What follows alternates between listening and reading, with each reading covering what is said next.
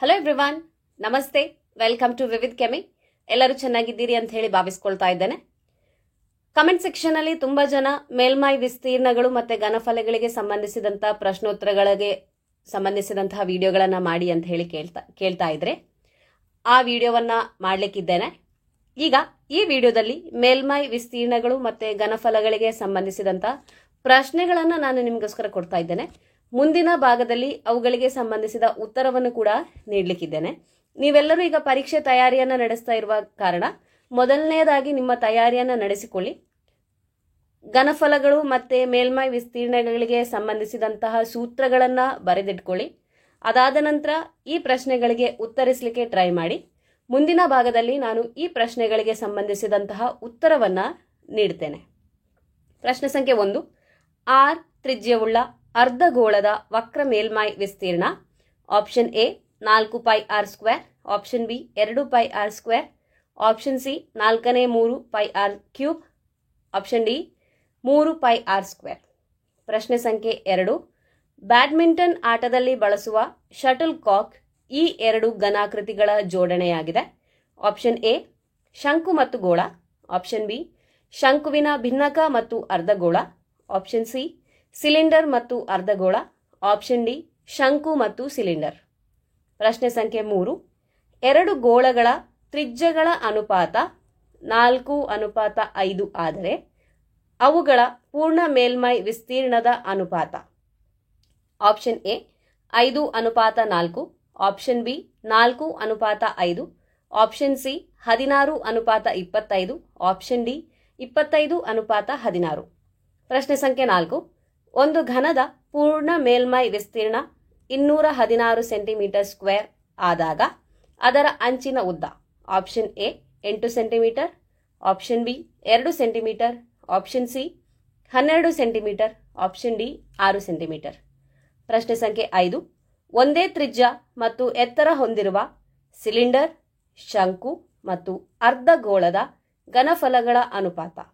Option A 3:2:1, option B 2:3:1, option C 3:1:2, option D 1:2:3. ಪ್ರಶ್ನೆ ಸಂಖ್ಯೆ 6. 4 centimetre ಎತ್ತರವುಳ್ಳ ಶಂಕುವಿನ ಘನಫಲ 48 pi ಆದಾಗ ಶಂಕುವಿನ ತ್ರಿಜ್ಯ. Option A 6 centimetre, option B 8 centimetre, option C 10 centimetre, option D 12 centimetre. ಪ್ರಶ್ನೆ ಸಂಖ್ಯೆ 7. ಒಂದು ಲಂಬಕೋನ ತ್ರಿಭುಜವು ಅದರ ಲಂಬ ಬಾಹುವಿನ ಮೇಲೆ ಒಂದು ಪೂರ್ಣ ಸುತ್ತು ಸುತ್ತಿದಾಗ ಉಂಟಾಗುವ ಘನಾಕೃತಿ. ಆಪ್ಷನ್ ಎ ಗೋಳ, ಆಪ್ಷನ್ ಬಿ ಅರ್ಧಗೋಳ, option B cylinder, option D ಶಂಕು. ಪ್ರಶ್ನೆ ಸಂಖ್ಯೆ 8. ಶಂಕುವಿನ ಓರೆ ಎತ್ತರ ಕಂಡುಹಿಡಿಯುವ ಸೂತ್ರ. Option A L = √r² + h², option B L = √r² -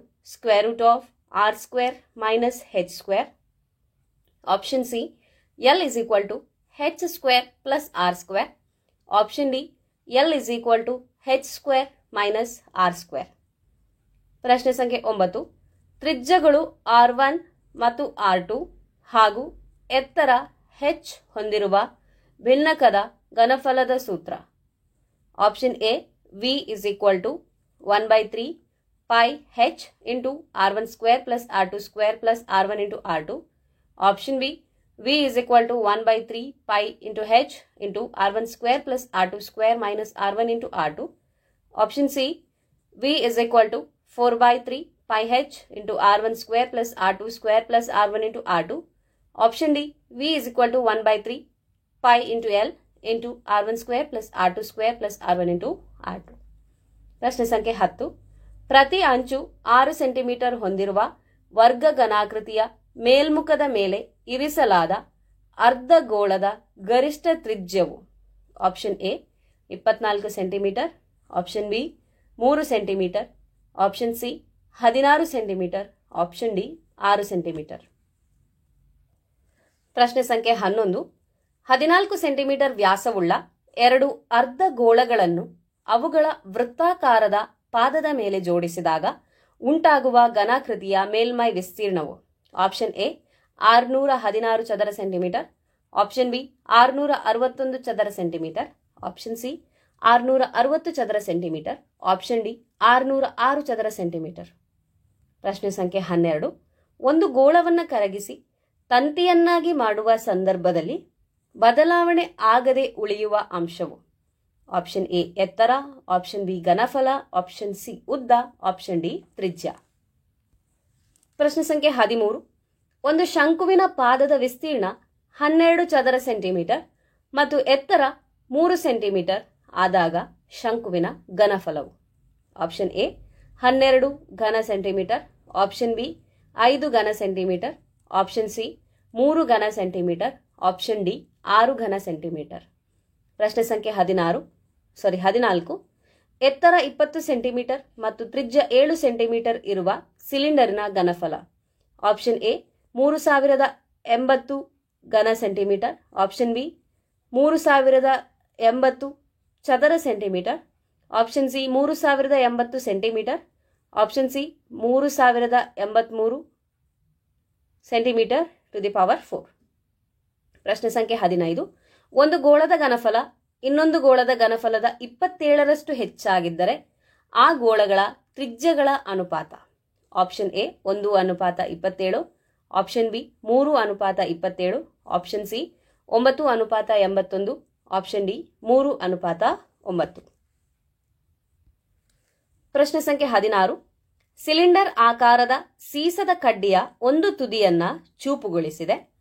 ಆ ಸೀಸದ ಕಡ್ಡಿಯು ಈ ಕೆಳಗಿನ ಯಾವ ಘನಗಳ ಜೋಡಣೆಯಾಗಿದೆ?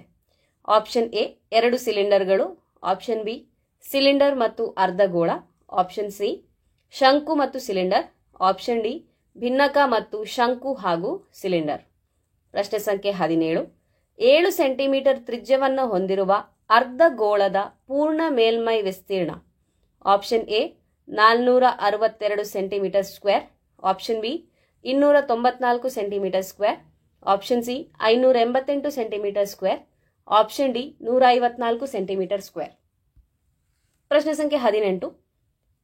ಒಂದು ಶಂಕುವನ್ನು ತೆಗೆದುಕೊಂಡು ಅದರ ಪಾದಕ್ಕೆ ಸಮಾಂತರವಾಗಿರುವ ಒಂದು ಸಮತಲದ ಮೂಲಕ ಕತ್ತರಿಸಿದಾಗ ಮತ್ತು ಸಮತಲದ ಒಂದು ಕಡೆಯಲ್ಲಿ ಉಂಟಾದ ಶಂಕುವನ್ನು ಬೇರ್ಪಡಿಸಿ ಸಮತಲದ ಮತ್ತೊಂದು ಕಡೆಯಲ್ಲಿ ಉಳಿಯುವ ಘನ ಆಪ್ಷನ್ ಎ ಶಂಕುವಿನ ಭಿನ್ನಕ, ಆಪ್ಷನ್ ಬಿ ಶಂಕು, option C cylinder, option D ಗೋಳ.